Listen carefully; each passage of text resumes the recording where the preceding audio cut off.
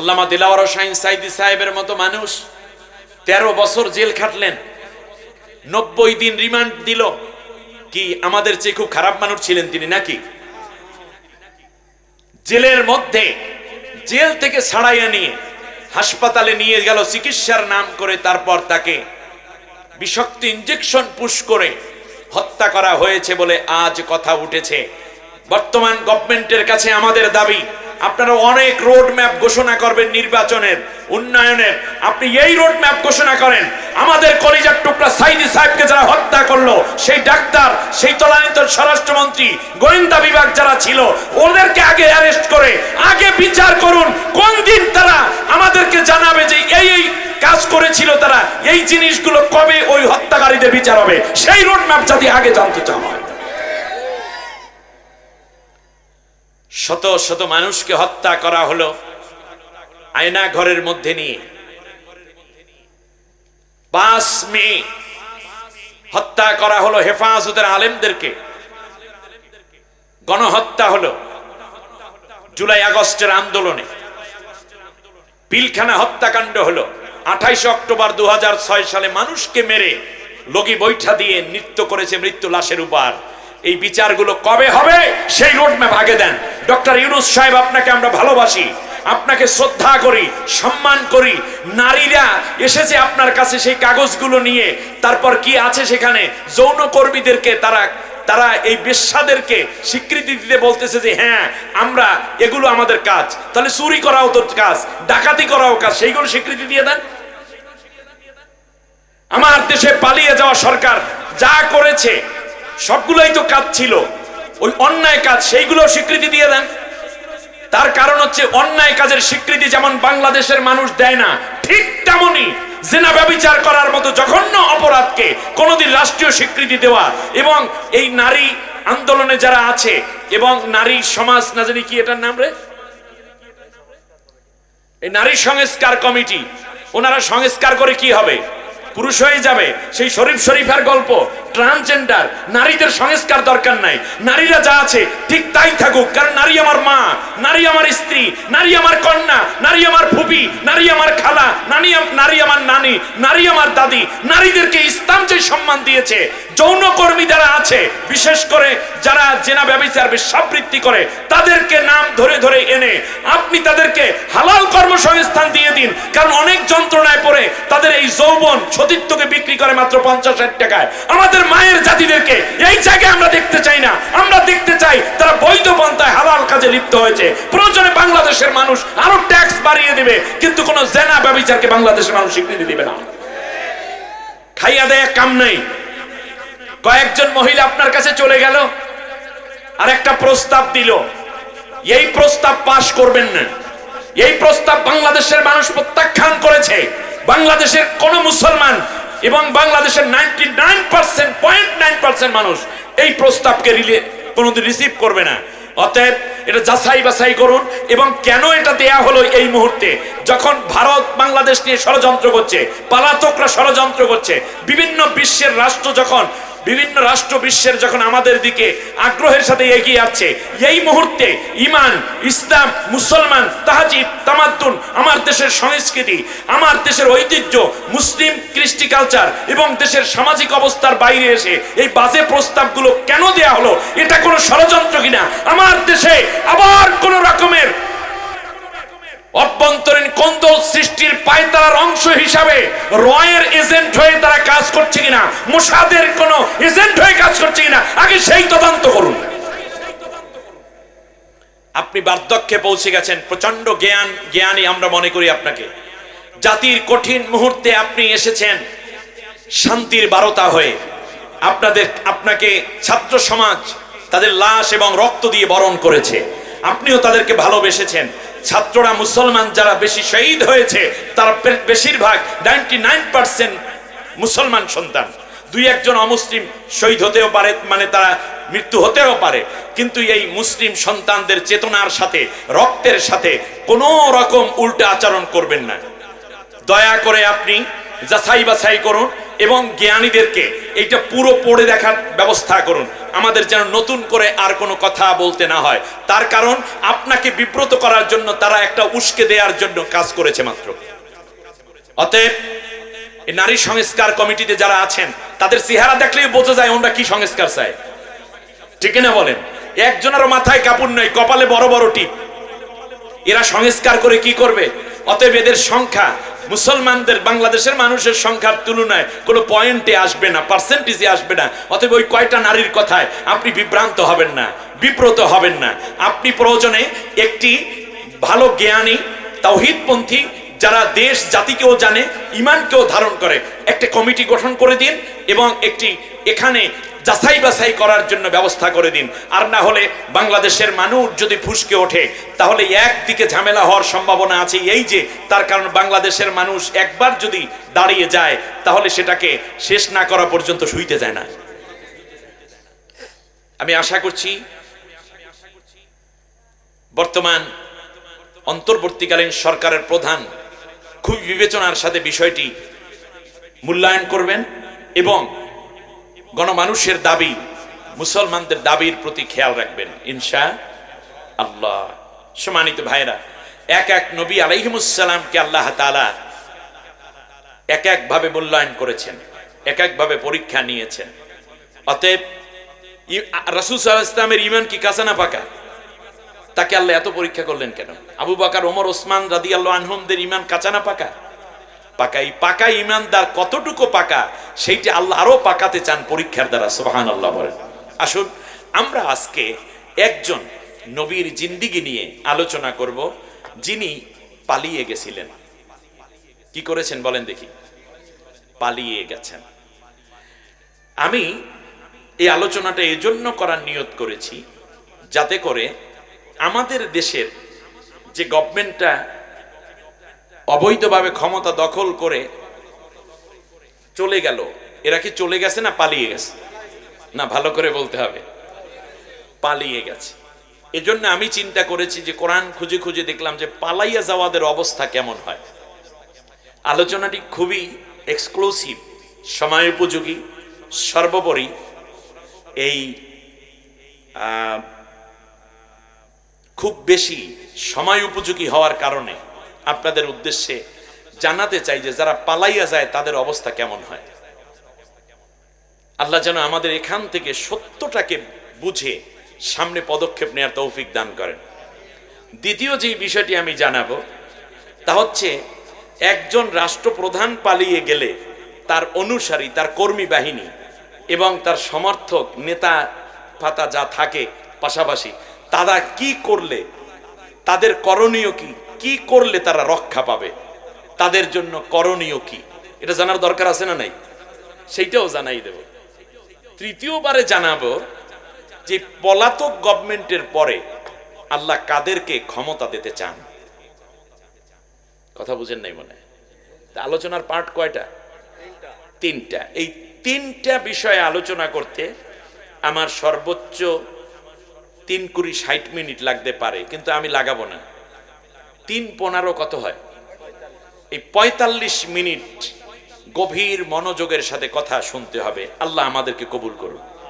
আরো জোরে বলেন আমিন।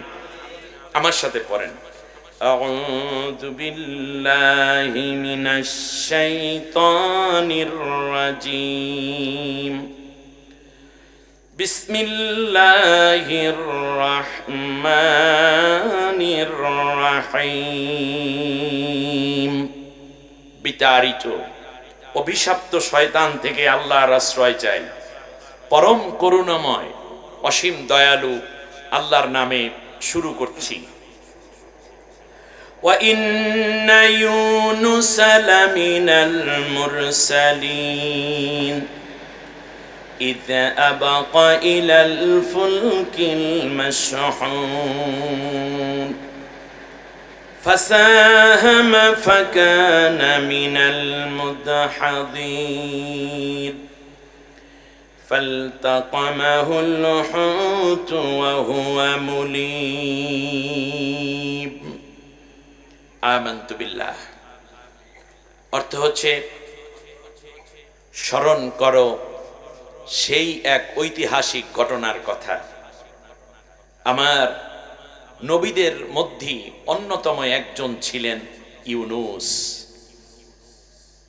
যখন সে জাতির লোককে ফেলে রেখে ইরাকের নিনোয়া প্রদেশের মসুল রাজ্যে ওখান থেকে সে পালিয়ে গেল, বোঝাই করা কিস্তিতে পার হয়ে যাচ্ছিল দজলা নদী পাড়ি দিয়ে। ফাসাহামা ফাকানা মিনাল মুদহাদিন। এক পর্যায়ে সমুদ্রে বিশাল ঝড় শুরু হয়ে গেল। নদীতে প্রচন্ড ঝড়ের পূর্বাভাস এবং টালমাটাল যখন অবস্থা, কিস্তি ডুবে যাওয়ার উপক্রম হলো, তখন লটারি ধরা হলো। প্রত্যেক যাত্রীর নাম লিখে লটারি করা হলো। লটারি করার পরে পরপর 3 বার লটারি করা হয়েছে। একই ব্যক্তির নাম অপরাধী হিসাবে লটারিতে উঠতেছিল। আল্লাহু আকবার।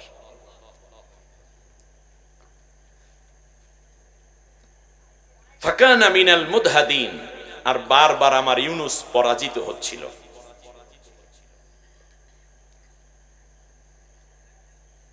শেষ পর্যন্ত ফালতাকামাহুল হুত ওহুয়া মুলিম, তাকে ধরে কিস্তি থেকে ফেলে দেওয়ার জন্য সবাই এগিয়ে আসলো। তোমার অপরাধের কারণে আজকে আমরা সবাই ডুবতে পারবো না এই দজলায়। যখনই তাকে ফেলে দেওয়ার জন্য নেওয়া হলো, দেখতে পেল বিশাল এক মাছ হাঁ করে আছে ইউনুসকে গিলে ফেলার জন্য। নদীর নৌকার এক ডালি থেকে আর এক ডালিতে নিয়ে যায়, ডালায় নিয়ে যায়, দেখে ওপাশেও হাঁ করে আছে মাছ। শেষ পর্যন্ত মাছের পেটের মধ্যেই ইউনুসকে ফেলে দেয়া হলো। ইউনুসকে যখন ফেলে দেয়া হলো, মাছ তাকে গিলে ফেলল। মাছের পেটের মধ্যে যাওয়ার পরে আল্লাহ রব্বুল আলামিন সুন্দর করে অন্য আয়াতের মধ্যে বলেছেন, সে 4টা অন্ধকারের মধ্যে নিপতিত হলো। আল্লাহু আকবার। কয়টা অন্ধকার? 4টা অন্ধকার। আল্লাহ রব্বুল আলামিন বলেন, শোনো, ফানাদা ফিজ যুলুমাত। 4 অন্ধকার তাকে পেয়ে বসলো। 1 নম্বর ছিল, ওই রাতটা ছিল অমাবস্যার রাত। দ্বিতীয় অন্ধকার ছিল, তাকে একটা মাছে গিলে ফেলেছে। ইউনুস আলাইহিস সালামের কবরটা 62 হাত লম্বা। কত হাত? 62 হাত লম্বা ইউনুসকে মাছে গিলেছে। মাছটা কয় হাত লম্বা? ওই মাছটা সহ ইউনুস যে মাছে গিলে ফেলেছে, ইউনুসকে, সেই মাছটাকে আবার গিলে ফেলেছে আরেকটা মাছে। কয়টা অন্ধকার হলো? 3টা অন্ধকার। আর একটা অন্ধকার ছিল পানির অন্ধকার। এই 4টা অন্ধকার আমার ইউনুসকে ঘিরে ধরল। মাছের পেটের মধ্যে গিয়ে আমার ইউনুস নিজেকে ধিক্কার দেয়া শুরু করলো। অহুয়া মুলিম। সে নিজেকে ধিক্কার দেয়, ছি, জাতির লোককে রেখে এইভাবে পালানোটা কি ঠিক হলো? কেন আমি পালিয়ে যাচ্ছি? আমার কি হলো? আমি কেন পালাতে আসলাম? এই রকম করে তিনি নিজেকে ধিক্কার দিচ্ছেন। আল্লাহ রাব্বুল আলামিন বলেন, শোনো, ফালাউলা আন্নাহু মিনাল মুসাব্বিহিন লালাবাথা ফি বাতনিহি ইলা ইয়াউমি ইউবআসুন। আল্লাহু আকবার। আমার ইউনুসকে মাছ যখন গিলে ফেলল, ইউনুস মাছের পেটের মধ্যে থেকে মরে যায়নি।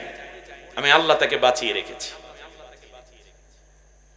কিন্তু সমুদ্রের বিশাল বিশাল মাছগুলো যখন পেট ভরে যায়, তখন তারা সমুদ্রের অতল তলে একেবারে মাটির সাথে পেটটা লাগিয়ে তারপর বিশ্রাম করে।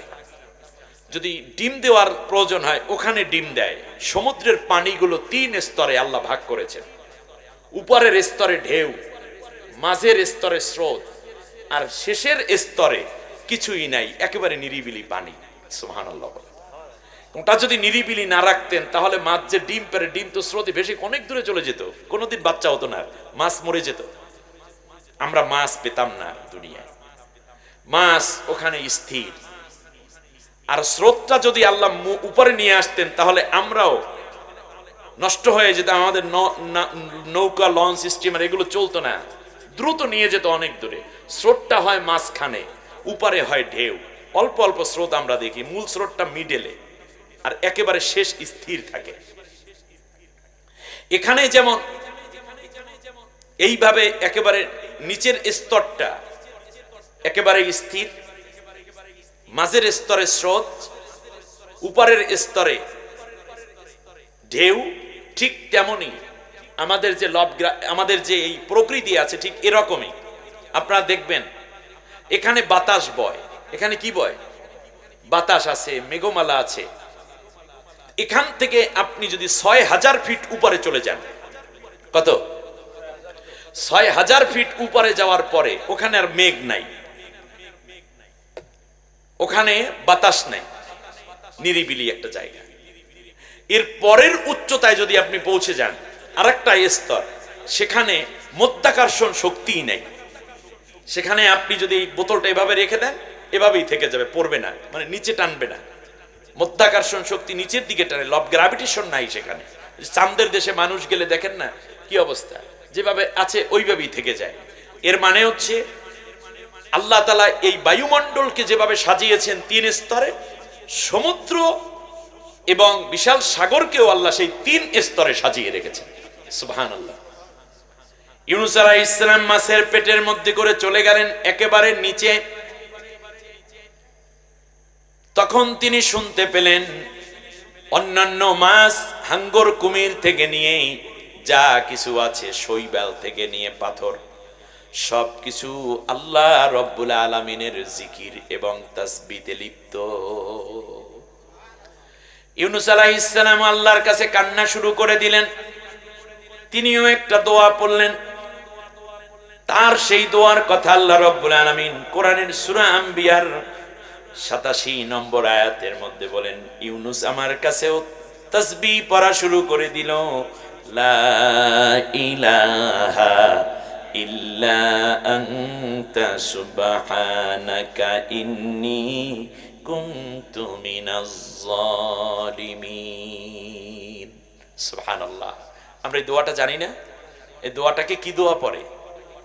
দোয়া ইউনূস। এটা পড়ে কখন? চরম বিপদে পড়লে।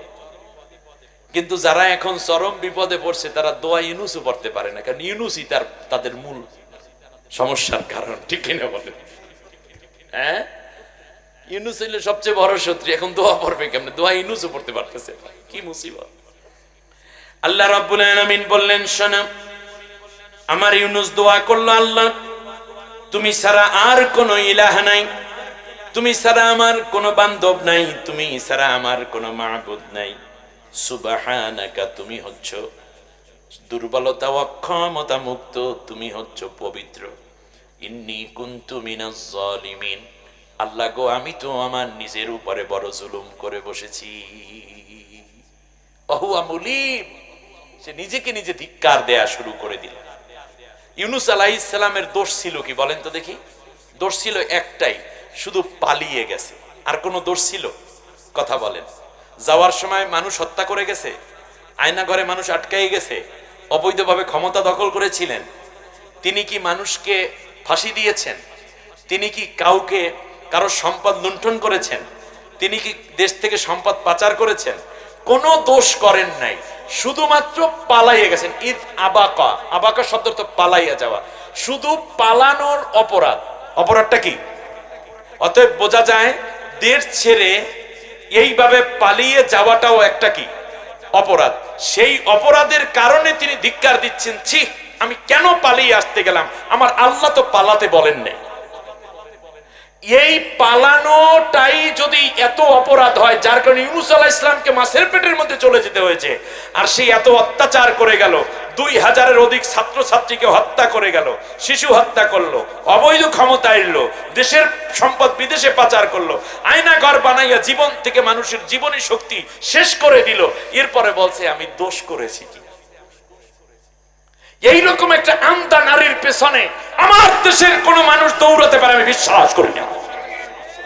তোমরা এত এত অন্ধ হয়ে গেলে, তওবা করো, ফিরে আসো।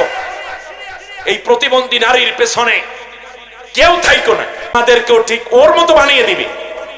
তওবা করো, দেশকে ভালোবাসুন, ইসলামকে ভালোবাসুন, দেশের মানুষকে ভালোবাসতে শিখুন। ইউনূস আলাইহিস সালাম আল্লাহর কাছে কান্দে, আল্লাহ রাব্বুল আলামিন বললেন ফাস্তাজাবনা লাহু ওয়া নাজ্জাইনাহু মিনাল গাম্মি ওয়া কাযালিকা নুজিল মুমিনিন। সুবহানাল্লাহ বলেন। আল্লাহ রাব্বুল আলামিন বললেন আমার ইউনূস আমাকে ডাক দিল কত গভীরে, সমুদ্রের অতল তলে দুইটা মাছ তাকে গিলে ফেলেছে। আপনারা বলুন এত বড় মানুষটাকে যে গিলে ফেলেছে এই মাছ, সেই মাছটার পেডিটা কি চিকন নাকি অনেক মোটা? কত মোটা! এই মাছের পেটের মধ্যে ইউনূস, সেইখানে বসে চুপি চুপি আমার ইউনূস আমাকে ডাকে, আর আমি আরশের মালিক আল্লাহ রাব্বুল আলামিন, আরশ থেকে আমার ইউনূসের ওই মৃদু কণ্ঠের আওয়াজ শুনতেছি। সুবহানাল্লাহ। আল্লাহ রাব্বুল আলামিন বলেন আমি আমার ইউনূসের ডাকে জবাব দিলাম এবং তাকে চরম বিপদ থেকে উদ্ধার করলাম। শুধু ইউনূসকে নয়, এর চেয়েও বড় বড় বিপদে যদি পড়ে যাও, কোনো ঈমানদার নারী কিংবা পুরুষ, যুবক কিংবা যুবতী, বৃদ্ধ কিংবা বৃদ্ধা, যদি বিপদে পড়ে যাও আর ইউনূসের মতো চোখের পানি ছেড়ে আমি আল্লাহর দিকে রুজু হয়ে ডাক দাও, তাহলে আমি আল্লাহ ওয়াদা দিলাম কিয়ামত পর্যন্ত তোমাদেরকে আমি আল্লাহ তাআলা উদ্ধার করে আনব। আজ খুব মনে পড়ে মীর কাসিম আলী শহীদ, তার ছেলে ব্যারিস্টার আমান আজামি, ব্যারিস্টার আরমান।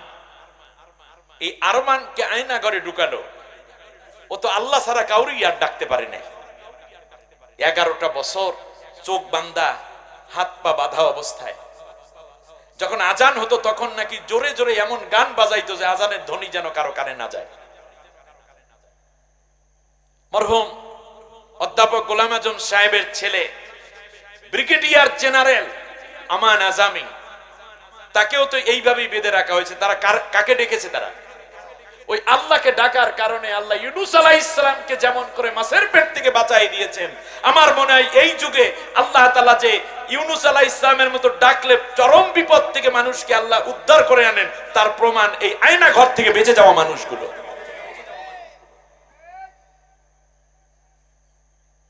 আজকে বিএনপি নেতা সালাউদ্দিন সাহেব, কক্সেস বাজারের কৃতি সন্তান, তিনি অনেক কথা বলেন। তিনিও তো এইরকম এক চরম বিপদের মধ্যেই ছিলেন, আল্লাহ তাকে বাঁচিয়ে রেখেছেন। ওনার উচিত বাকি জীবন আল্লাহর কোরআনের জন্য গলা উচ্চ গলায় আওয়াজ দিয়ে, যে আল্লাহ তাকে বাঁচিয়ে দিয়েছেন সেই আল্লাহর কোরআনের পক্ষে কথা বলে ইমানদার হয়ে, ইমান নিয়ে পাকা ইমানদার হয়ে যেন যেতে পারেন, সেই জন্য আল্লাহর কাছে সাহায্য চাওয়া। আমার কথা আপনাদের বুঝে আসছে? কারণ তিনিও তো চরম ভিকটিম ছিলেন। আমার ভাইয়েরা, আল্লাহ রাব্বুল আলামিন বলছেন শোনো, তিনি নিজেকে নিজে ধিক্কার দেয়া শুরু করে দিলেন।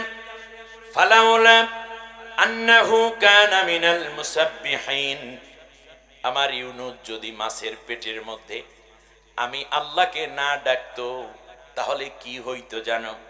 লালাবাসা ফি বাতনিহি ইলা ইয়াউমি ইউবআসুন, কিয়ামত পর্যন্ত আমি আল্লাহ ওই মাছের পেটের মধ্যেই তারে রেখে দিতাম। কোন অপরাধে? পালানোর। এই তো আমার শ্রোতারা আমার সাথে কথা শুরু করেছেন, আলহামদুলিল্লাহ। অপরাধ কি? পালানো। তাহলে পালিয়ে যাওয়াটা, এটা আল্লাহ পছন্দ করেন না। এইবারে আমি আল্লাহ তাআলার কোরআনকে একটু বিশ্লেষণের মধ্যে আপনাদেরকে নিয়ে আসবো। আমি যেই আয়াত তেলাওয়াত করেছি এটা কোরআনের ৩৭ নম্বর সূরা। সূরার নাম সূরা আস-সাফফাত। সূরা সাফফাত হলো সূরা ইয়াসিনের পরের সূরাটা। এই সূরার মধ্যে ১৮২টি আয়াত আছে, ৫টি আছে রুকু। মক্কায় অবতীর্ণ এই সূরা। মক্কার একেবারে শেষ দিকে ৯টা সূরা নাজিল হয়েছে, ছোট বড় মিলিয়ে, তার মধ্যে এটা একটি। আমি আপনাদের উদ্দেশ্যে ১৪৮ নম্বর আয়াত পর্যন্ত তিলাওয়াত করেছি, ১৩৯ নম্বর আয়াত থেকে। এই ৯টি আয়াত ১৩৯ থেকে ১৪৮, এই ৯টি আয়াত তেলাওয়াত করেছি এবং তেলাওয়াত করতে আস্তে আস্তে যাচ্ছি। আমি ৯টা আয়াত নিয়ে কথা বলবো ইনশাআল্লাহ। সম্মানিত ভাইয়েরা, সূরাটা এমন এক সময় নাজিল হয় যখন রাসূল সাল্লাল্লাহু আলাইহি ওয়াসাল্লামের উপরে, আল্লাহর উপরে যারা ঈমান আনলেন তারা যখন নির্যাতিত হচ্ছেন, যেখানে সুমাইয়াকে হত্যা করা হয়েছে, আবু হালা রাদিয়াল্লাহু তাআলা আনহুকে কাফেররা হত্যা করে ফেলেছে, শেহাবে আবু তালিবে সাহাবীদেরকে 53 জন সাহাবী সাহাবিয়াকে বন্দী করে রেখেছিল। পরবর্তীতে যখন নির্যাতন যাচ্ছে খাব্বাব, খুবাইব, বেলাল, আরাদদের উপরে, একটা পর্যায়ে নবী সাল্লাল্লাহু আলাইহি ওয়াসাল্লাম বললেন, তোমরা কতিপয় লোক আবিসিনিয়ায় হিজরত করো। আল্লাহর হুকুমে তারা হিজরত করলেন বাদশা নাজ্জাশীর কাছে। আবি সুফিয়ান বর্তমান ইথিওপিয়া রাষ্ট্র। আকাবার দ্বিতীয় শপথ হওয়ার কারণে রাসূল সাল্লাল্লাহু আলাইহি ওয়াসাল্লাম কতিপয় মুসলিম নারী পুরুষকে মদিনায়ও পাঠিয়ে দিলেন হিজরত করার অনুমতি সাপেক্ষে, কিন্তু নবী নিজে হিজরত করছেন না। যারা নমুসলিম ছিল, গোপন মুসলমান, তারা বলল, ইয়া রাসূলুল্লাহ, আপনি হিজরত না করলে ওরা নির্যাতন থামাবে না। আপনার কারণে এখন ওরা আমাদেরকেও ধরার জন্য খুব বেশি উদ্গ্রীব হয়ে গেছে, আরো বেশি উত্তেজিত হয়ে আছে, তারা আমাদের উপরে আক্রোশ ফেলছে। আপনিও দয়া করে হিজরত করুন। আপনি হিজরত করে গেলে আমাদের উপরে অত্যাচারও কমবে, আর আপনার দেখা দেখি আমরাও পিছনে পিছনে হিজরত করতে পারবো সহজে। তখন রাসূল সাল্লাল্লাহু আলাইহি ওয়াসাল্লাম বললেন, আল্লাহর হুকুম ছাড়া তো আমি হিজরত করতে পারি না। সুবহানাল্লাহ। আল্লাহর হুকুম ছাড়া তো আমি হিজরত করতে পারি না। কিন্তু সাহাবীরা অস্থিরতা দেখাচ্ছে। তখন আল্লাহ তাআলা এই সূরা নাজিল করে আল্লাহ বুঝাইয়া দিলেন যে আমার হুকুম ছাড়া হিজরত করার কোনো বৈধতা নবীদের নাই। এক নবী আমার হুকুম ছাড়া ইরাক সাইরা 10টা নদী পার হয়ে ওপারে যাচ্ছিল, তার কি পরিণতি হয়েছিল তোমরা শুনতে থাকো। সুবহানাল্লাহ। আমার ভাইয়েরা, আল্লাহ রাব্বুল আলামিন বললেন, এবার শোনো, আমার ইউনুস মাছের পেটের মধ্যে রইল 40 দিন। কতদিন? 40 দিন একটানা মাছের পেটের মধ্যে রইল। ইউনুস পয়গম্বর আল্লাহ রাব্বুল আলামিনের জিকির করছে, তাসবিহ পড়ছে। সুবহানাল্লাহ।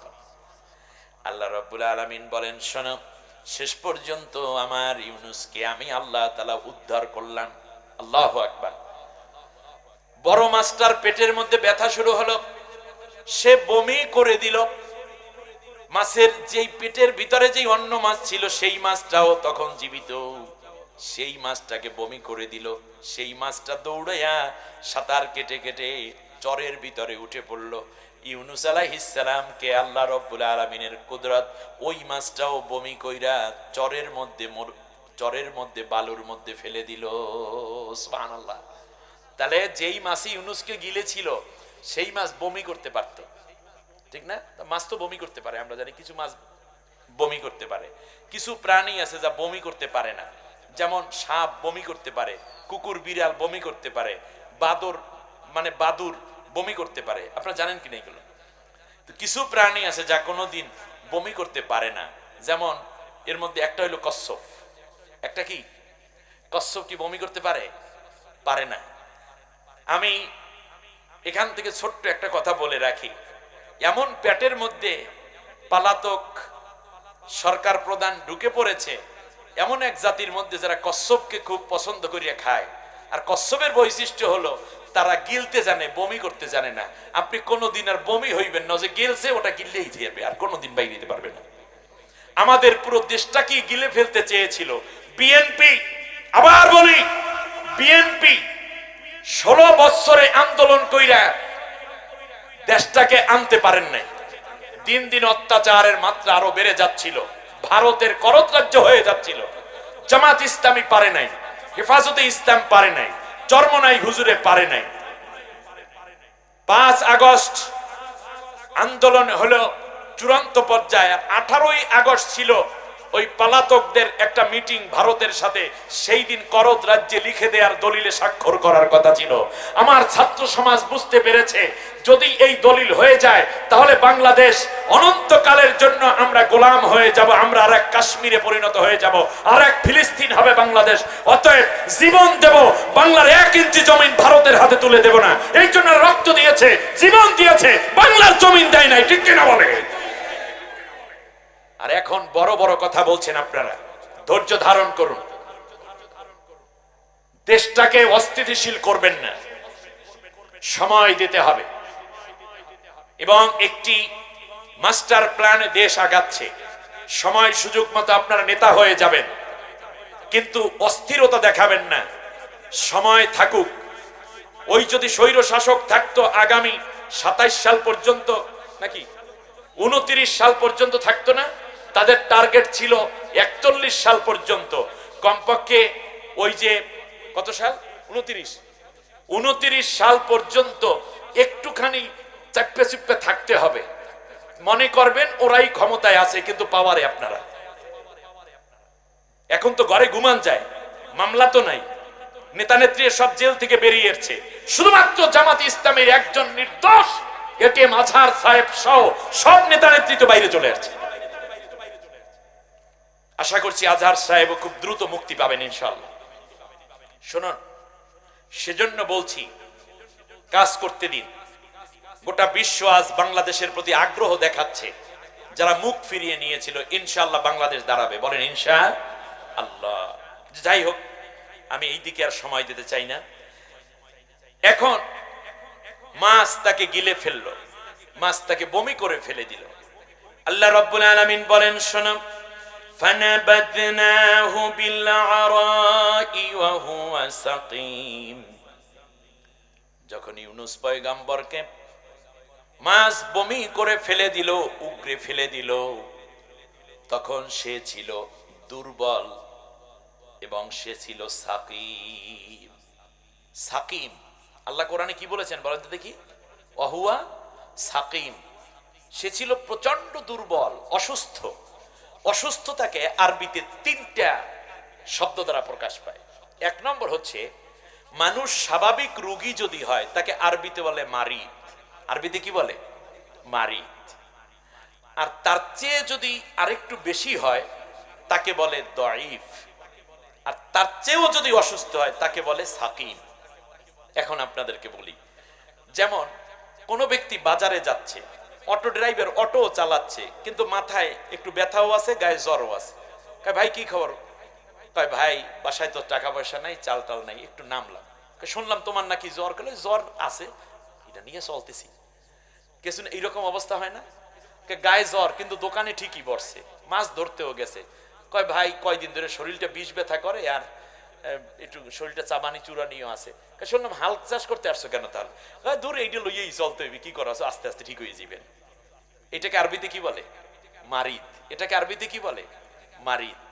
আর দাঈফ হলো হাঁটা চলা আর করতে পারে না, রোগের কারণে শুয়ে পড়েছে। রোগের কারণে কি? বিছনায় শুয়ে পড়েছে। এখন ওই বউ রান্না বান্না কইরা ভাত প্লেটে কইরা এনে বলে একটু ওঠেন, না উঠতে ভাল লাগে না, না ঔষধটা খাইতে হইবে। এই জন্য দইরা বিছনা একটু সোজা কইরা দেয়, সোজা কইরা পিছনে একটা বালিশ দিয়া তারপর ভাত মা খাইয়া মুখে উঠাই দেয়, আবার একটু পানি দাও, নিজে পানি ধরেও না, ওই গ্লাসটা মুখের কাছে আইনা দেয়, তারপর একটু এরপর ঔষধ বাইর করিয়া ছেলে মেয়েরা মুখে দেয়, তারপর আবার আব্বু একটু হাকর একটু পানি দিয়ে দেয় মুখে। এইটাকে আরবিতে বলে দাঈফ। বাথরুমে যাইতে হইলো একজনের কাঁধে ভর দিয়ে হাইটে যাইতে হয়, কিন্তু যাইতে পারে, অন্যের সাহায্য লাগে। এইটাকে আরবিতে কি বলে? দাঈফ। জয়ীফ বলে আর কি, জয়ীফ বলে না, জয়ীফ হয়ে গেছে, এ হলো দাঈফ। আরবিতে হলো দাঈফ। আর কেউ হাত দিয়ে দাঁড় করা ধৈর্যও দাঁড়া করাইতে পারে না, বা কারো কাঁধে ভর দিয়ে বাথরুম ওয়াশরুম গোসলখানায়ও যাইতে পারে না, কেউ খাওয়াইয়া দিলেও যায় খাইতে পারে না, সেইটাকে আরবিতে বলে সাকিম। সেটা আরবিতে কি বলে? সাকিম। এর মানে ইউনুস আলাইহিস সালামকে আল্লাহ তাআলা পালানোর অপরাধে মাছের পেটের মধ্যে নিয়ে এমন অবস্থা করে দিয়েছেন যে কেউ যে তাকে ধৈর্য বসাইবে এই পরিবেশও তার, এই শক্তিটুকুও তার গায়ে ছিল না। অতএব যারা পালাইয়া গেছেন তাদেরকে ওই ভারত যতই দাঁড়া করাইতে চেষ্টা করুক না কেন, যতই পরামর্শ দিয়ে অন্যের ঘাড়ে বন্দুক রাইকে কোন রকম একটু দাঁড়াইতে পারে কিনা দেশের মধ্যে যতই চেষ্টা করুক না কেন, বিদেশি শক্তি আর কালো সাংবাদিক যারা আছেন তারা যতই অপপ্রচার করুক না কেন, আপনাদেরকে আর দাঁড় করানো যাবে না। শুইছে, এই শোয়াই শেষ, দাঁড়ানোর আর সুযোগ নাই। যারা পালিয়ে যায় তারা আর দাঁড়াতে পারে না। আর আপনারা তো অপরাধ করে পালিয়েছেন। আমার কথাই কি আপনারা বুঝতে পেরেছেন কিছু? ইউনুস আলাইহিস সালাম কোনো অপরাধ করেন নাই, পালানোটাই অপরাধ। ইদ আবাকা, আল্লাহ বলছেন পালাই গেছে। পালাইলেন কেন? 50 বছর পর্যন্ত একটানা তিনি নিনোয়া প্রদেশে, ইরাকের মসুল রাজ্যের নিনোয়া প্রদেশে দাওয়াতি কাজ করলেন, তাওহীদের দাওয়াত দিলেন, কিন্তু কেউ তার দাওয়াত কবুল করে না। ইউনুস আলাইহিস সালাম আল্লাহর কাছে ডাক দিয়ে কয়, রব্বুল আলামিন, আপনি এই জাতিটাকে ধ্বংস করে দেন, এই জাতির উপরে গজব দিয়ে শেষ করে দেন, এরা ঈমানদার হবে না। আল্লাহ রব্বুল আলামিন বললেন, ইউনুস তুমি তোমার জাতিকে জানিয়ে দাও, আমার গজব যখন শুরু হবে তার প্রথম আলামত হলো পূর্ব আকাশে 3টা দিন এমন হবে যেই দিন সুবহে সাদিক উদিত হবে। সেই দিন গজব যখন আসবে তার পূর্বের সিমটমটা হলো এই যে, সিগন্যাল হলো এই, সতর্কবাণী হলো এই যে, সর্বপ্রথম তারা দেখতে পাবে আকাশে মেঘমালা জমা হয়েছে, কিন্তু পুরো মেঘের বর্ণ হবে শুধু গাঢ় হলুদ। কি রং? হলুদ রং। দ্বিতীয় দিন তারা দেখতে পাবে সুবহে সাদিকের সময় পূর্ব আকাশে ঠিক মেঘমালা জমা হয়েছে ঠিকই, কিন্তু ওই মেঘমালা হবে এমন আকারের, এমন রঙের, মনে হবে যেন দলা বাঁধা রক্ত, স্টেট একেবারে লাল রক্তে ছেয়ে যাবে পূর্ব আকাশ, মনে হবে যেন রক্ত স্রোত দ্বারা জমিনের দিকে নেমে আসতেছে। তখনও যদি তারা তওবা না করে,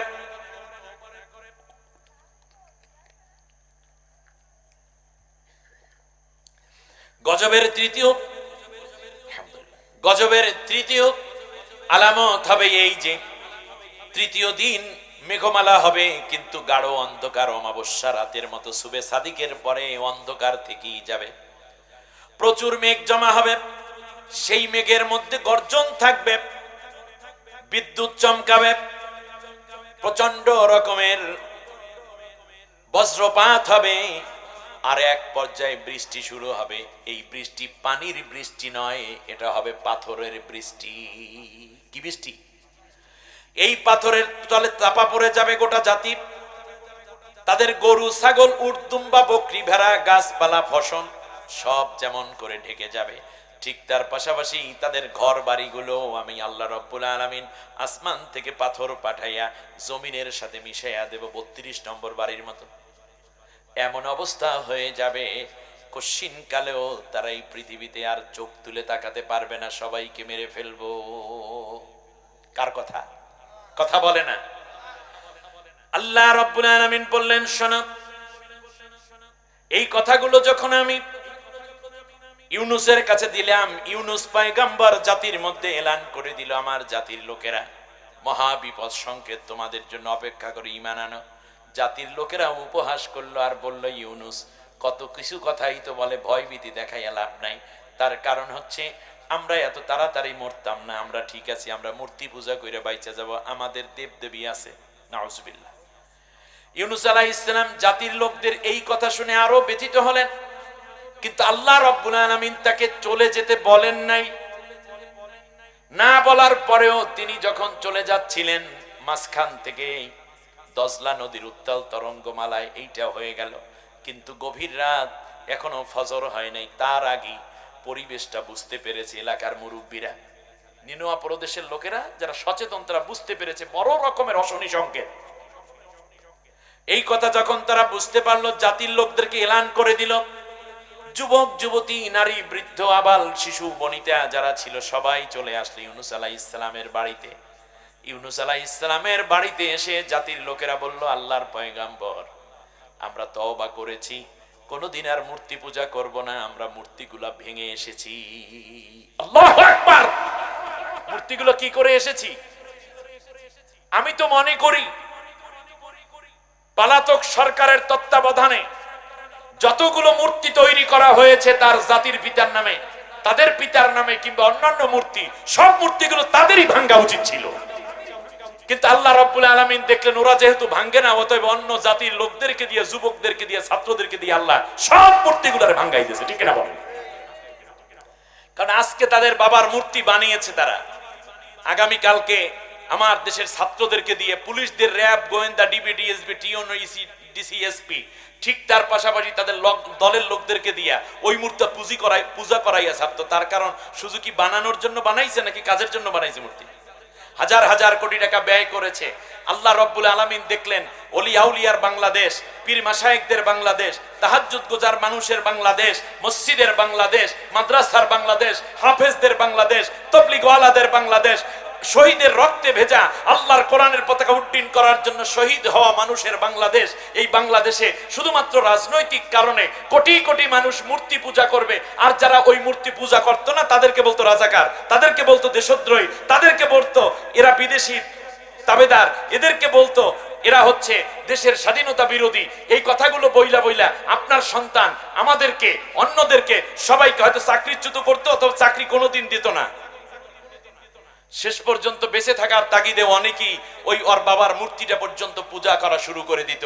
আল্লাহ দেখলেন সব তো মুশরিক হইয়া যাইতেছে, এই জন্য এদেরকে তাড়াইয়া দিয়া আল্লাহ তাআলা বড় শিরক থেকে বাংলাদেশের কোটি কোটি মুসলমানকে বাঁচাই দিয়েছেন। এই আত্মিক কথা, তাত্ত্বিক কথা আপনারা বুঝুন। এর মানে যারা ওই দলটি করতেন, ধর্মনিরপেক্ষ মতবাদ নৌকার গোষ্ঠী যারা আছেন, আপনাদের আল্লাহর কাছে দুইটা সেজদা বেশি দেওয়া দরকার যে আল্লাহ তাআলা এই নারীকে বিদেশে পাঠানোর কারণে এই দেশে তুমি আমাদেরকেও বাঁচাইছো, তার কারণ আপনাদেরকে দিয়েও আপনার ওই মূর্তির পায়ে চুমা দেওয়াইতো। আপনাদেরকে দেখান ফেরাউন নমরুদরা একদিনই মূর্তি বানাইয়া সেজদা করতে বলে নাই, দিন দিন তিল তিল করে করে আস্তে আস্তে তারপর ঘরে ঘরে মূর্তি পাঠাই দিয়েছো। এরপর ছোট ছোট শেখ মুজিবুর রহমানের ছোট ছোট মূর্তি বানাইতো, ডিজিটাল মূর্তি বানাইতো, পাথরের মূর্তি বানাইতো, মাটির মূর্তি বানাইতো, এরপরে স্বর্ণ দিয়ে মূর্তি বানাইতো। যে যত মূর্তি বানাইতো সে তত প্রিয় নেতা হয়ে উঠতো, তার চাকরি কনফার্ম হইতো, তার প্রমোশন কনফার্ম হইতো। কোন অফিসে যদি কেউ মূর্তি পূজা না করতো তাকে চাকরিচ্যুত করা হতো। এমনকি মাদ্রাসা পর্যন্ত দেখেন না, মানে মেয়ে আর বাবার ছবি প্রিন্সিপাল হুজুরের মাথার উপর টানাতে বাধ্য করেছে। যদি কেউ না টানাইতো, এলাকার তাদের ওমরা সোমরা নেতা টেতা যা আছে তারা গিয়ে ওই হুজুরের কান ধরছে, ঘাড় ধরছে, কেন টানাইলা না? অতএব প্রিন্সিপাল, হুজুর, সুপারিনটেন্ডেন্ট সবাইকে চাকরিচ্যুত করছে।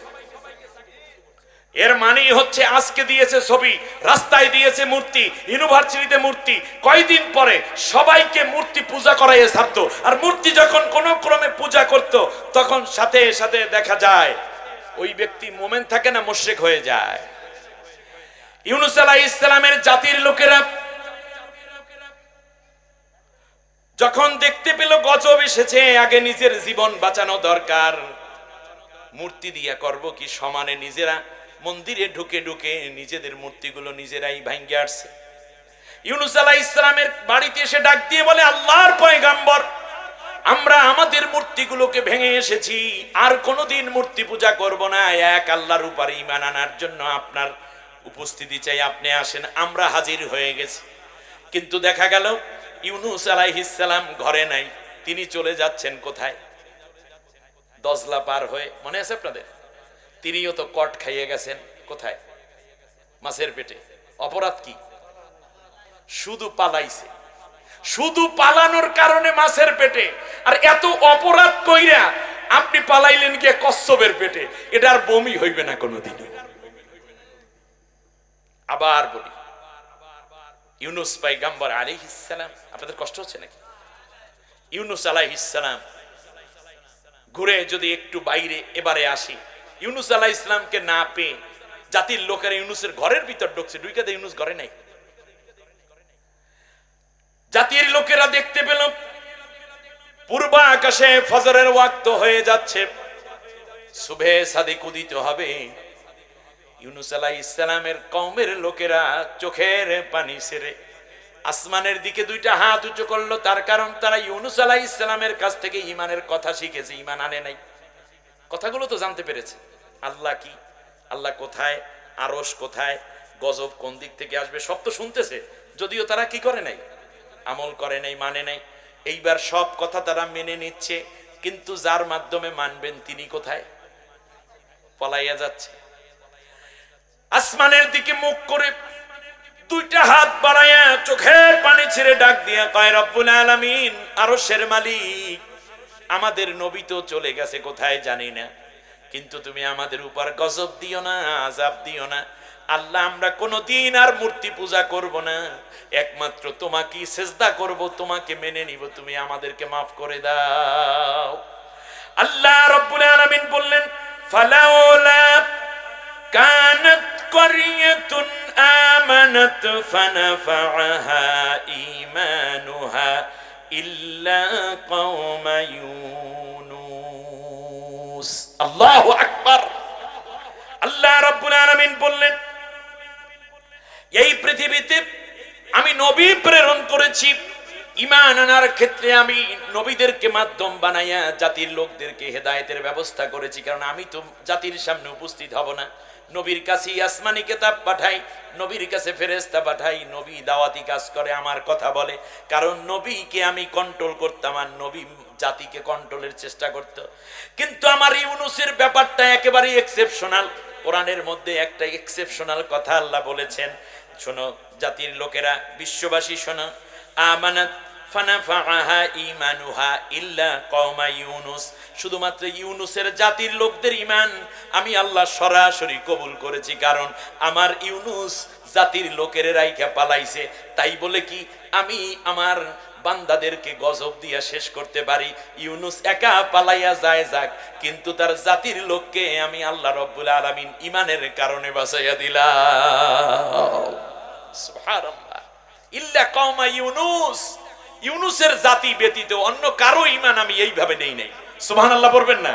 তার কারণ নবী কি করেছে, নিজেই কি করছেন? আল্লাহ রাব্বুল আলামিন বলেন, লাম্মা আমানু কাশাফনা আনহুম আযাবাল খিজি ফিল হায়াতিদ দুনিয়া ওয়া মাত্তা'নাহুম ইলা হিন। আল্লাহু আকবার। আল্লাহ রাব্বুল আলামিন বললেন, যখন তারা আমার উপরে ঈমান আনলো, ইউনূস নাই, তাতে কি হয়েছে? আমি আল্লাহ নিজেই তাদের ঈমানটা কবুল করে নিলাম। আর আমি আল্লাহ কাশাফনা আনহুম আযাবাল খিজি ফিল হায়াতিদ দুনিয়া, দুনিয়ার যত বিপদ আমি আল্লাহ নেওয়ার জন্য ব্যবস্থা রেখেছিলাম, সব বিপদ থেকে, সব গজব থেকে, সব আযাব থেকে আমি আল্লাহ রাব্বুল আলামিন ইউনূসের ওই জাতির লোককে মুক্ত করে দিলাম। সুবহানাল্লাহ। ওয়ামাত্তা'নাহুম ইলা হিন, শুধু বিপদ থেকে বাঁচাই নাই, বরং বাকি জীবন তাদেরকে আমি শান্তির সাথে বসবাসের ব্যবস্থা করেছি। অন্য আয়াতে আল্লাহ বলেছেন, এই ঈমানের উপর তারা টিকে থাকার কারণে পরকালে আমি তাদেরকে জান্নাতি বানাই দেব। অতএব ইউনূস আলাইহিস সালাম দোষ না কইরা পালাইয়া গেছে, তারপরে ঈমান আনার কারণে তার জাতিকে আল্লাহ হেফাজত করেছেন। সুতরাং আওয়ামী লীগের বন্ধু যারা আছেন, ওই পালাতক গোষ্ঠীর সদস্য যারা আছেন, আর আপা আপা কইরা সময় নষ্ট কইরেন না। আপনারা ডাইরেক্ট আল্লাহর কাছে তওবা করেন, আর বাকি জীবন আল্লাহর কোরআনের রাজ কায়েমের জন্য শপথ নিন। আল্লাহ তাআলা আপনাদেরকে maaf করে দিবেন, বিপদ থেকেও বাঁচাইয়া দিবেন, পরকালেও জান্নাত দিবেন। আর যদি এখনো মনের মধ্যে শয়তানকে লালন করেন, আফায় আসিবে আবার ফিরে, কশিন কালেও সম্ভব নয়। আবার যদি মুনাফিকি করেন, আলেমদের উপর অত্যাচার করেন, আবার যদি কোনো ষড়যন্ত্র করেন, তাহলে আপনারা আল্লাহর গজবে পড়বেন, কেউ ফিরাইতে পারবে না। মাত্র রাস্তা তওবা করে ডান বামে আর যাওয়ার দরকার নেই, ডাইরেক্ট আল্লাহর কোরআনের রাজ যারা কায়েম করতে চায় তাদের দলে শামিল হন, তওবা করুন। তার কারণ অনেক গুনাহের বোঝা নিয়ে সে পালিয়ে গেছে, ওই গুনার বোঝার অংশীদার আপনারা হইতে চাইেন না। খুব দরদ দিয়ে, মায়া দিয়ে আলেম হিসাবে কথা বললাম, এই কথাগুলো মানুন এবং এই ধর্মনিরপেক্ষ মতবাদ বাংলাদেশের চিরতরে নিষিদ্ধ হোক, এই দাবি আগে আপনারা তুলুন। তার কারণ আপনাদের জন্য যেই জাহান্নামের ফাঁদ তারা তৈরি করেছে, অত্যাচার নির্যাতনের ফাঁদ তারা যারা তৈরি করেছে, এই ফাঁদের সব পেরাগুলো আপনারা কাটলে আল্লাহর কাছে প্রিয় হবেন। যেমন ইউনূস আলাইহিস সালামের জাতির লোকেরা নিজেদের মূর্তিগুলো নিজেরাই ভেঙে তারপর ইউনূস পয়গম্বরের কাছে আসার কারণে আল্লাহ খুশি হয়ে তাদের ঈমান আল্লাহ নিজেই গ্রহণ করে তাদেরকে মুক্ত করে দিয়েছেন। আমার এই কথাগুলো মন ভরে আমলের চেষ্টা করুন, আল্লাহ তাআলা আপনাদেরকে ক্ষমা করুন। আল্লাহ রাব্বুল আলামিন বলেন, শোনো, আমার ইউনূসকে আমি আল্লাহ বের করে নিয়ে আসলাম। তখন ইউনূস আলাইহিস সালাম ছিলেন কি? সাকিম। বলেন কি সাকিম? মনে আছে কোনটা বলেন তো দেখি? কেউ আর ধৈর্যও খাড়া করতে পারে না। বিছনার মধ্যে পায়খানা পেশাব, বিছনার মধ্যে খাওয়া দাওয়া, এই বিছনায় বেশি শুইতে শুইতে শরীরের মধ্যে কি হইয়া যায়? গা হইয়া যায়। এটার আরবিতে কি বলে? সাকিম। আল্লাহ রাব্বুল আলামিন বলেন, ওই সাকিম অবস্থায় ইউনূস কি করবে? কিন্তু আমি আল্লাহ রাব্বুল আলামিন তো এমন দয়ালু, নবী ভুলে যেতে পারে তার উম্মতকে, কিন্তু আমি আল্লাহ রাব্বুল আলামিন তো আমার বান্দাদেরকে ভুলতে পারি না। ইউনূস নিজের জীবন নিয়ে নিজের চিন্তায় দজলা নদী পার হয়ে যাচ্ছে, যদিও তারে কট হয়ে গেছে। কি হয়ে গেছে বলেন তো দেখি? কট হয়ে গেছে। কারণ যারা পালিয়ে যায় তাদের মাথার ভিতর আর একটা জিনিস থাকে, সেইটাও আল্লাহ কোরআনের মধ্যে বলেছেন, ফাযান্না আল্লান নাকদির আলাইহি। যারা পালায় তারা মনে করে এই পালাইয়া গেলাম, কেউ বুঝি আমারে আর ধরতে পারবে না। লান্নাকুদিরা, কেউ আমাকে ধরতে পারবে না। এই যে পালাইছে, কোথায় পালাইছে? কোথায়? মামু বাড়ি। উনি যে ওইখানে পালাইবে এই কথা সাইদি সাহেব জানতেন কেমন? পালাইলো 2024 সালের 5 আগস্ট। 18 বছর আগে আল্লামা সাইদি সাহেব চট্টগ্রামে এক মাহফিলে বলেছিলেন, বেশি লড়াচড়া করবা না, তাহলে বাংলাদেশের তৌহিদি জনতা গাছের গোড়া ধরে নাড়া দিবে, দিল্লি গিয়ে মামুবাড়ি পড়বা। ঠিক ওখানে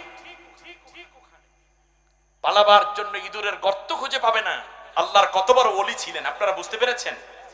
যে আমি উত্তর পশ্চিম গগনে কালো মেঘের আবাস লক্ষ্য করছি, শক্ত হাতে যদি মোকাবেলা করতে না পারেন, গাঢ় কালো অমাবস্যার রাত আসবে যার মোকাবেলা সুবে সাদেক হওয়া অসম্ভব। 2300 ছাত্রের জীবন, বিএনপি জামাত হেফাজত চরমনাই সহ প্রায় 5000 মানুষের জীবন হত্যা, লক্ষ লক্ষ মামলা, গুম খুন, এরপরে কত অত্যাচারের পরে ছাত্রদের মাধ্যমে আল্লাহ তাআলা বিজয় দান করেছেন। এটা কি বড় সুবহে সাদিকের পরাজিত হওয়ার জন্য আসলেই বড় মোকাবেলা নয়? আল্লাহু আকবার।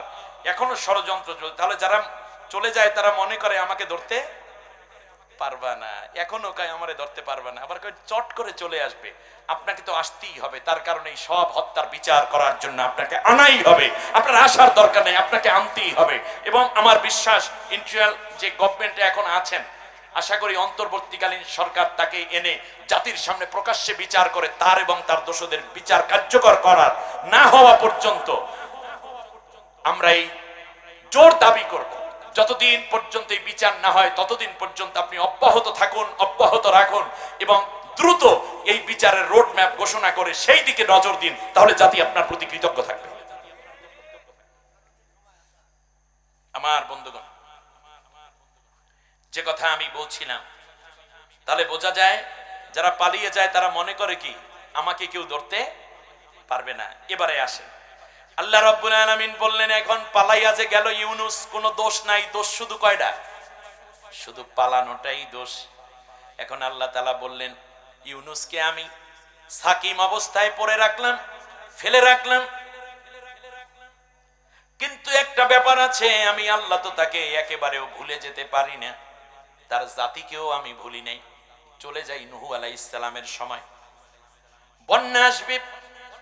নূহ আলাইহিস সালাম জাতির লোককে এলান করে দিল, একটানা 40 দিন পর্যন্ত ঝড় বাদল হবে, বন্যা হবে, প্লাবন হবে, পাহাড় ডুবে যাবে, গাছপালা শেষ হয়ে যাবে, আমার কিস্তিতে যারা আরোহণ করবা তারাই কেবল বেঁচে যাবা। কাফেরেরা উঠল না। নূহ আলাইহিস সালাম জাতির লোকের মধ্যে যখন দাওয়াত দিচ্ছিলেন, এলান করতেছিলেন, এমন সময় এক বুড়ি মহিলা, যার বয়স প্রায় 700 বছর, বুড়ি মহিলা ইউনুস, বুড়ি মহিলা কুজু বুড়ি লাঠিতে ভর দিয়ে ঘরের বাইরে এসে নূহ আলাইহিস সালামকে বলল, আল্লাহর পয়গম্বর, বন্যা যখন শুরু হবে আমি তো আপনার কিস্তি কোন দিকে তাও জানি না, আর আমার ঘরে কেউ নাই, আমি রোজানা রোজ খাওয়া মানুষ, মানুষে কিছু দিলে তা খাই, আমি অতিশয় দুর্বল, আপনি এসে দয়া করে আমাকে নিয়ে যাবেন, কারণ আপনার উপরে, আল্লাহর উপরে আমি ঈমান এনে মুমিনা হয়ে গেছি। নূহ আলাইহিস সালাম বলেছিলেন, বুড়িমা, আপনাকে বন্যা শুরু হওয়ার আগে আগে আমি নিয়ে যাব। কিন্তু নূহ আলাইহিস সালাম বুড়ির কথা ভুলে গেলেন, আনতে ভুলে গেলেন। এইদিকে বন্যা শুরু, তাম পৃথিবী প্রচন্ড বন্যায় ডুবে গেল একটানা 40 দিন। পাহাড়গুলো অনেকটা ধসে গেছে, গাছপালা মরে গেছে, পশু পাখি সব শেষ, মানুষজন সব শেষ। ফাস্তাওয়াত আলা জুদিয়িন, কিস্তি গিয়ে জুতি পাহাড়ের উপরে ঠেকলো।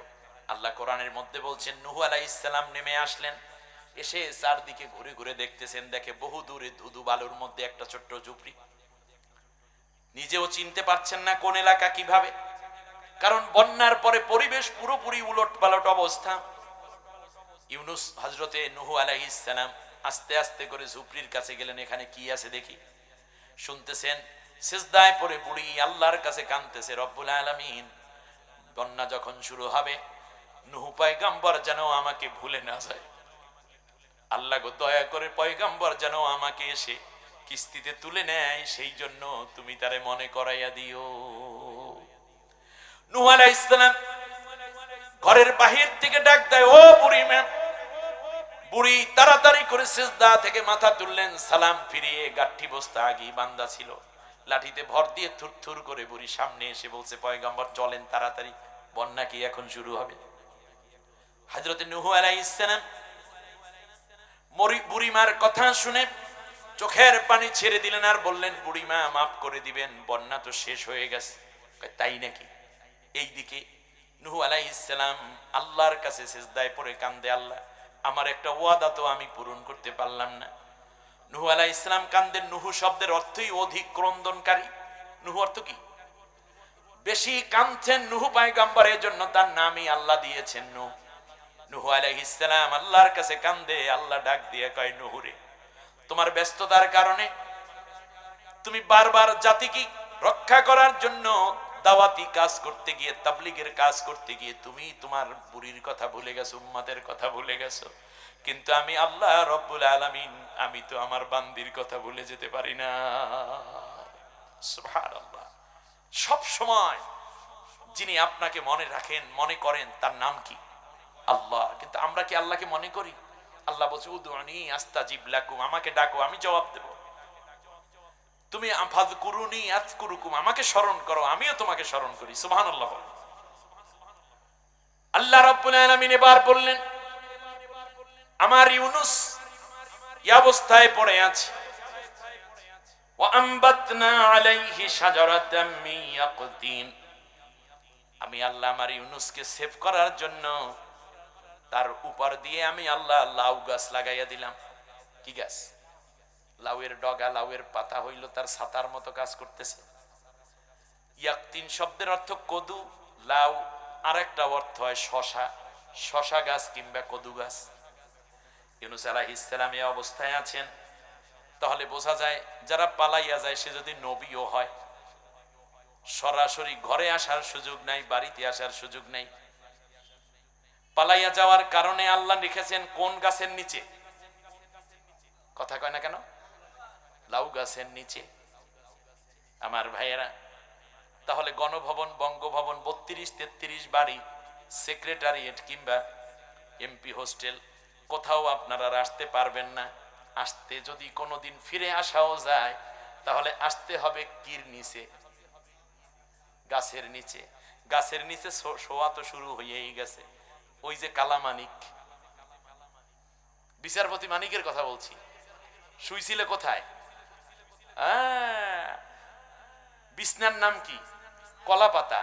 আর উপরে কি? ওই জৈনটা, সিলেটের জৈনটা দিয়ে পারদ ছিল যখন, উপরে আসলে কি? লতা পাতা। উপরে লতা পাতা, নিচে কলা পাতা। এই হইল তোমাদের পরিণতি। আল্লাহর কোরআন কত জীবন্ত। নবী হওয়ার পরেও আমি আল্লাহ তাকে মূল জায়গায় আনি নাই, তাকে আমি রেখেছিলাম লতা পাতার নিচে। অতএব আপনারা আসতে পারবে না, তারা আসবে না, আসতে পারবেও না। যদি আসে তা শুইতে হবে কোথায়? এটা কার কথা? এবার আল্লাহ রাব্বুল আলামিন বলছেন, শোনো, ওয়া আরসালনাহু ইলা মিআতি আলফিন আও ইয়াজিদুন। আমি আল্লাহ ইউনূসকে 40 দিন পরে উদ্ধার করলাম, আর 3 মাস পর্যন্ত আমি গাছের নিচে শোয়ায় রাখলাম। কয় মাস? আমি ভাবছিলাম 40 দিন পরে মনে হয় স্বৈর শাসক আবার আসবে, লেডি হিটলার। 40 দিন আসে নাই, প্রথম দাপে শেষ। ভাবলাম 3 মাস পরে মনে হয় আর একটা উকি মারতে পারে। 3 মাস পরেও উকি মাইরে কাজ হয় নাই। তাহলে বোঝা যায় যে আর কোনোদিন সম্ভব নেই। 2টা স্টেপে ছিল, স্টেপ 2টা শেষ। আর এত অপরাধে অপরাধী কেমনে হবে? এই জন্য আল্লাহর কোরআনের পরের আয়াতটা আমি আপনাদের উদ্দেশ্যে শোনাচ্ছি। ওয়া আরসালনাহু ইলা মিয়াতি আলফিন আও ইয়াজিদুন। যখন আমার ইউনূসকে আমি সুস্থ করলাম, তখন আমাকে জিজ্ঞেস করলো, আল্লাহ এখন আমি কি করব? এখন আল্লাহর ছাড়া কিছু বোঝে না। বুঝতেছেন কিনা? আর আমাদের দেশের দুষ্ট যারা, তারা এখনো ভারত ছাড়া কিছু বুঝতে চায় না। যে ভারত তোমাদেরকে খুনি বানাইলো, যে ভারত তোমাদেরকে মূর্তি পূজারী বানাইলো, যেই ভারত তোমাদেরকে দুর্নীতিবাজ বানাইলো, দিনের পর রাত্রে দেওয়া শিখাইলো, তোমাদেরকে ঘুষখোর বানাইলো, সুদখোর বানাইলো, চাঁদাবাজ বানাইলো, অস্ত্রবাজ বানাইলো, হেলমেট বাহিনী বানাইলো, তোমাদেরকে এত ক্ষতি করলো, যেই ভারত বিভিন্ন রকম কথা দিয়ে, সেই ভারতের দিকে আবার রুজু হও কেন? এবার মক্কা মদিনার দিকে রুজু হও, আল্লাহ তোমাদেরকে কবুল করে নিবেন। আরে এর চেয়ে সুন্দর পরামর্শ আমি আর দিতে পারলাম না তোমাদেরকে, কারণ হেদায়েত দেওয়ার মালিক কে? আমার কথাগুলো খুব তিক্ত মনে হচ্ছে, তাই না? না, এটাই সত্য কথা, যা বলার হক আদায় করে আমি চেষ্টা করি কথা বলতে। আল্লাহ রাব্বুল আলামিন বললেন, যাও তোমার জাতির লোকের কাছে যাও। আল্লাহ, ওখানে কত লোক আছে? আল্লাহ তাআলা বললেন, মিয়াতা আলফিন আও ইয়াজিদুন। ওখানে আছে 1 লাখের বেশি। মিয়াত আলফিন মানে 100,000। 100,000 মানে কতজন?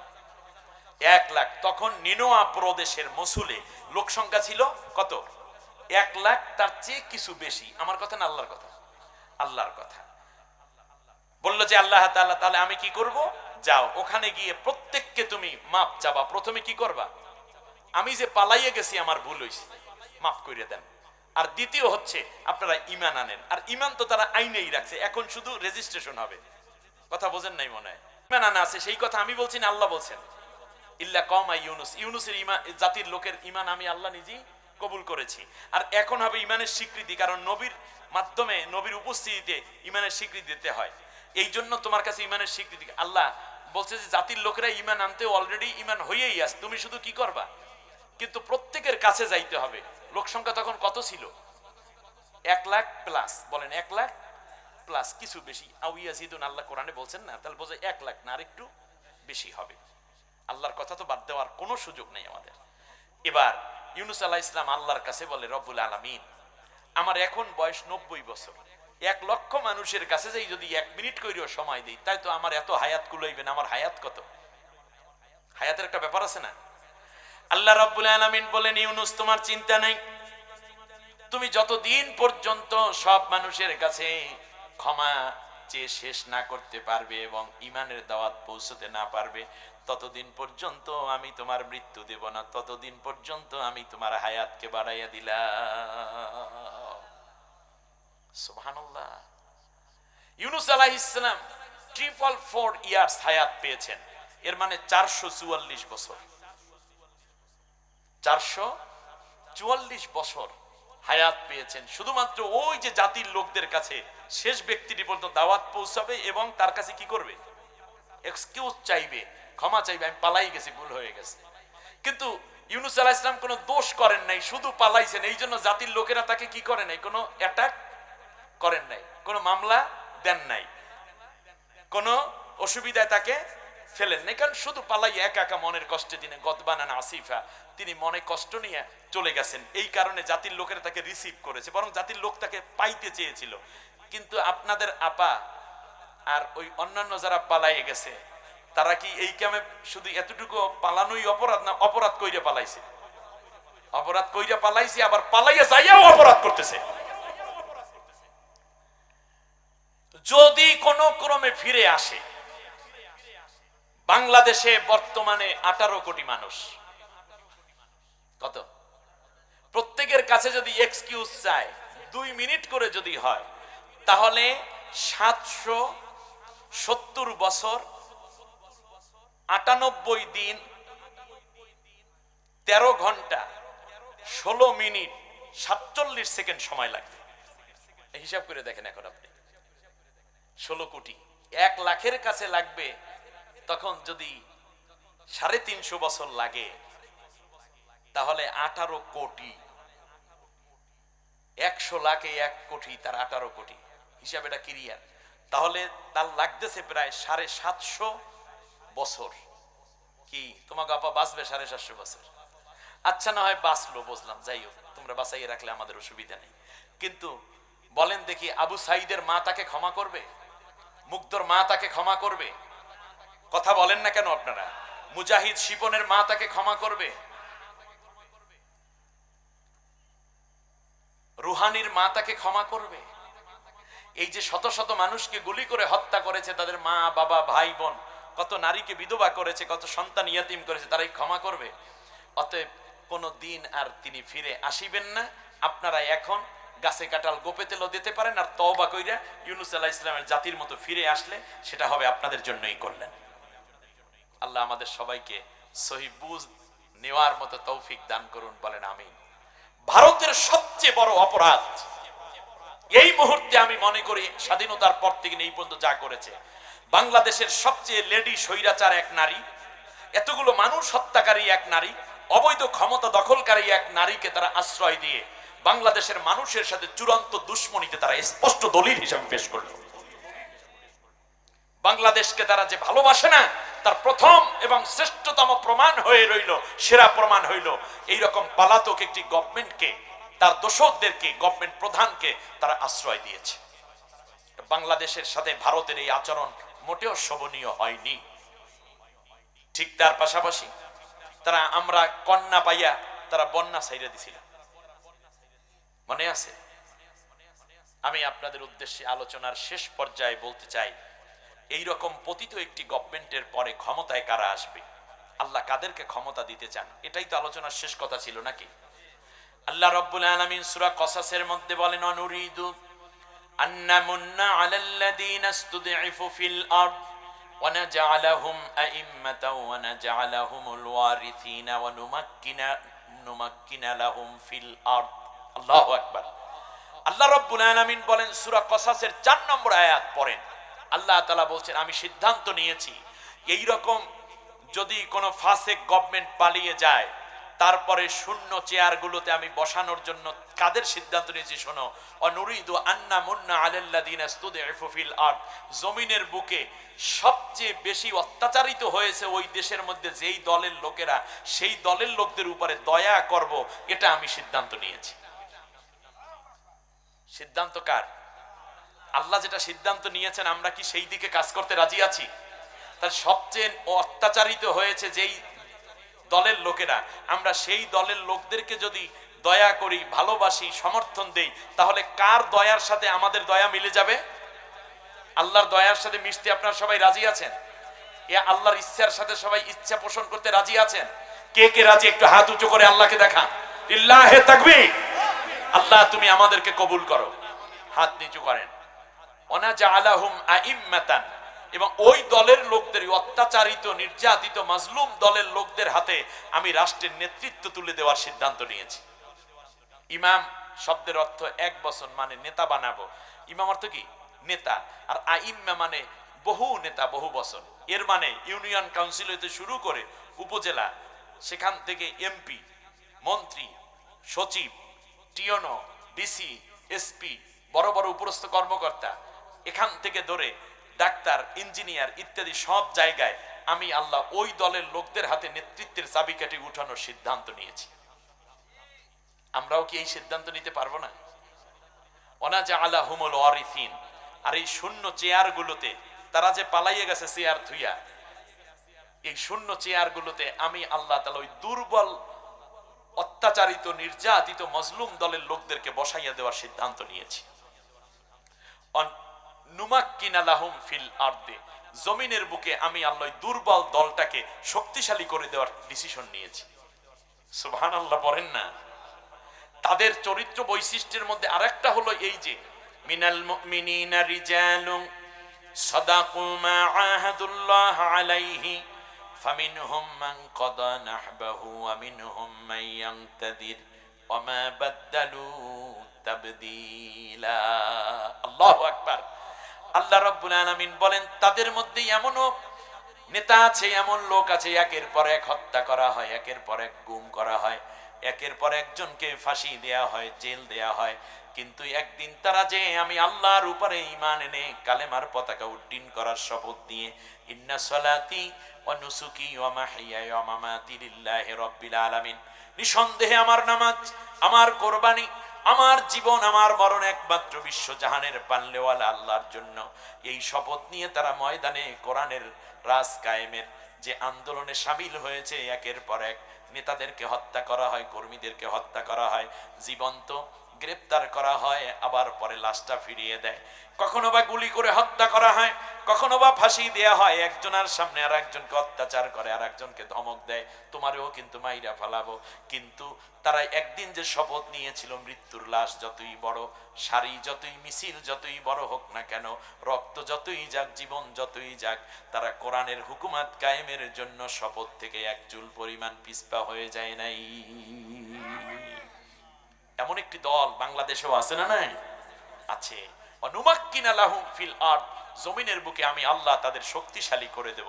এক সময় তারা বাড়িতে মা মারা যাওয়ার পরে জানাজায়ও আসতে পারে নাই, জানাজাটা পর্যন্ত দিতে দিত না। মেয়ের বিয়েতে বাবা আসতে পারে নাই, ঈদের দিন 130টা মামলা, এলাকায় ঢুকতেও পারে নাই। কিন্তু এখন টিওনো তাকে কল দেয়, ওসি তাকে কল দেয়, ডিসি এসপি কল দিয়ে বলে স্যার একটু আসবেন আপনি, আপনি না আসতে পারলে স্যার আমি আপনার কাছে চলে আসি। কোন জায়গায় আসবো, জরুরি কথা আছে। এ সম্মান দেওয়ার মালিক কে? আল্লাহ তাদের শক্তিশালী করছেন। আল্লাহ বলছেন তারা শক্তিশালী হলে আল্লাযীনা ইম্মাক্কান্নাহুম ফিল, আল্লাহ বলছেন নুমাক্কিনা লাহুম ফিল আরদে, আমি তাদেরকে শক্তিশালী করব।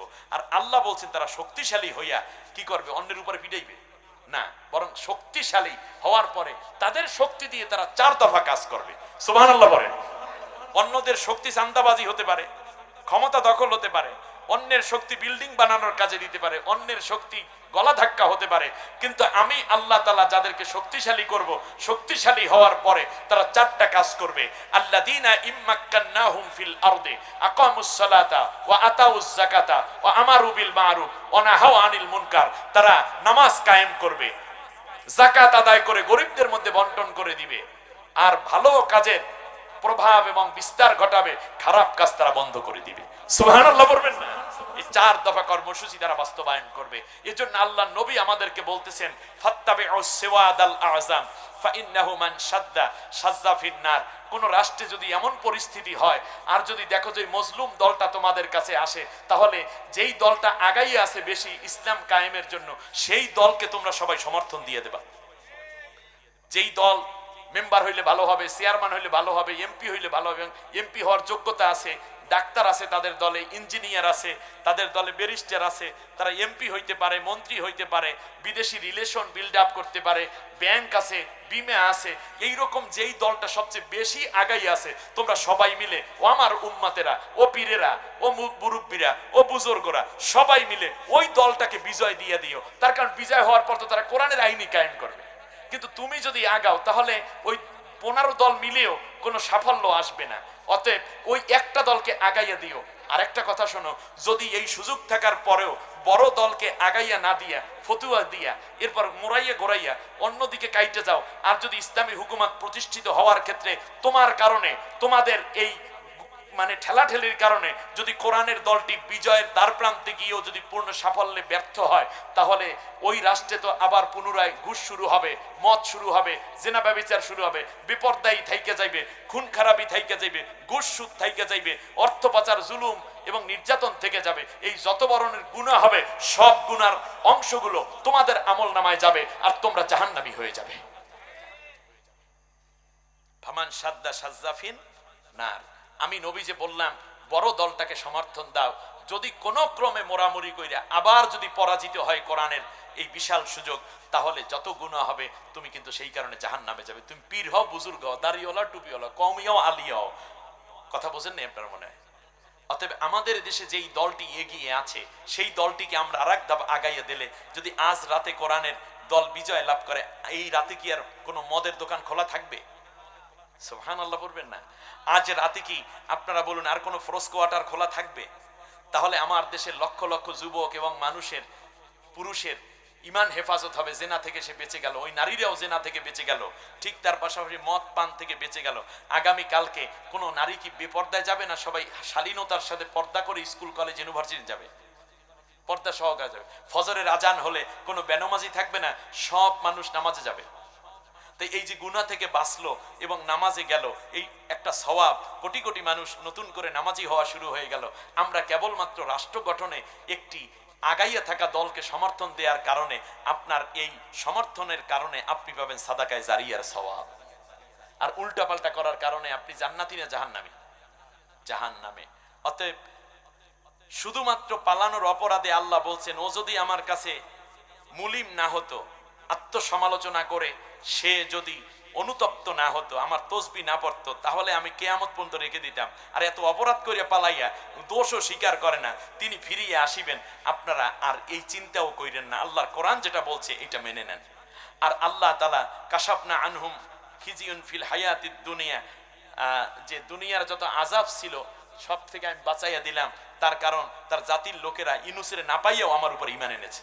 সুবহানাল্লাহ বলেন। সুতরাং আসুন না আমরা যারা এখন আছেন সবাই মিলে আল্লাহর দিকে রুজু হয়ে যাই, আল্লাহর কোরআন বিজয় এবং আল্লাহর দ্বীন প্রতিষ্ঠার জন্য, বিজয়ের জন্য আমরা কাজ করি। আল্লাহ আমাদেরকে কবুল করুন। যে দলটি দ্বারা খুব তাড়াতাড়ি ইসলামী হুকুমাত কায়েম সম্ভব, আমরা সেই দিকে ঝুঁকে পড়ব, কোনো মতানৈক্য করব না, নিজের রুহানি নফসানিয়াত এবং নিজের আত্মকেন্দ্রিক আমরা হব না। আল্লাহ কোরআনে এবং নবীজি যে হাদিসে বলেছেন আমরা সেটা আমল করব। আল্লাহ আমাদের সবাইকে কবুল করুন, আমিন। হাদা মা ইনদি ওয়াল ইলমি ইনদাল্লাহ আলাইহি তাওয়াক্কালতু ওয়া ইলাইহি উনীব। সুবহানাকাল্লাহুম্মা বিহামদিক আশহাদু আল্লা ইলাহা ইল্লা আনতা আস্তাগফিরুকা ওয়া আতুবু ইলাইক। নামাজের সূরাতে সবাই বসে একবার আলহামদু, তিনবার কুল হুয়াল্লাহ।